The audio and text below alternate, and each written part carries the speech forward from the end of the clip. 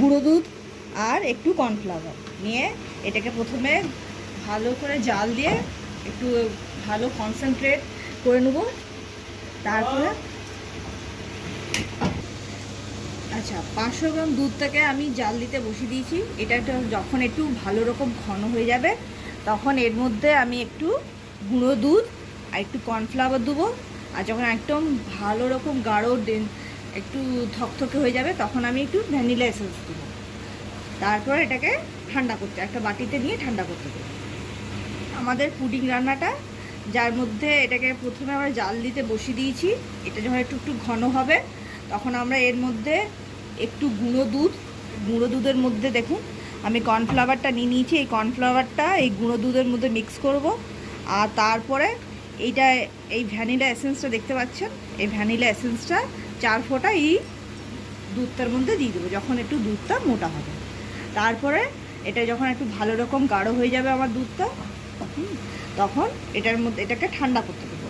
ঠান্ডা করার পর হ্যালো দেখুন এটা একটু গাঢ় হয়ে এসছে, এটা গাঢ় হয়ে এসছে এবং গাঢ় হয়ে যাওয়ার পর বলেছিলাম কি এর মধ্যে একটু আমি গুঁড়ো দুধ আর তার সাথে যেটা কর্নফ্লাওয়ার মিক্স করে রেখেছিলাম, গুঁড়ো দুধ আর কর্নফ্লাওয়ার মিক্স করে রেখেছিলাম, এটা এর মধ্যে একটু ঢেলে দিচ্ছি।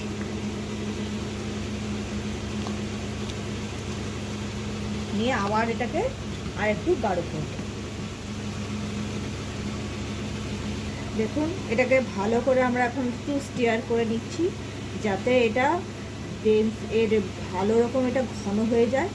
এবং ঘন হয়ে যাওয়ার পর এর মধ্যে 4 ফোঁটা ভ্যানিলা এসেন্স আমি দিয়ে দেবো। এখন ফিলহাল এটাকে নিয়ে একটু গাঢ় করছি। একটা গাঢ় হয়ে গেছে। এই গাঢ় হয়ে যাওয়ার পর এর মধ্যে একটু ভ্যানিলা এসেন্স এর মধ্যে একটু মিক্স করব, বেশি না 4 ফোঁটা মিক্স করব।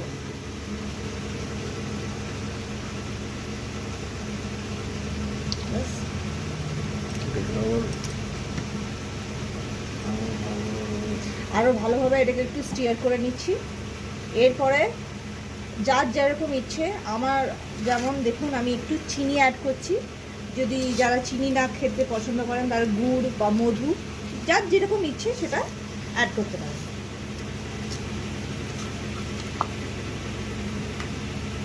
দেখুন এটা অলরেডি অনেকটাই গাঢ় হয়ে গেছে এবং আরেকটু এটাকে আরেকটু ঘন করে নিচ্ছি। তারপরে এটাকে আমি দেখুন বন্ধুরা এটা অলরেডি অনেকটাই গাঢ় হয়ে গেছে, আর গাঢ় করার দরকার নেই। এরপর আমি গ্যাসটাকে বন্ধ করে দিচ্ছি এবং এটাকে একটু ঠান্ডা হতে দিচ্ছি। ঠান্ডা হওয়ার পর এটাকে একটি পাত্রে রেখে দেবো এবং সেই পাত্রটি আমি ফ্রিজে একটু 12 ঘন্টার জন্য রেখে দেবো।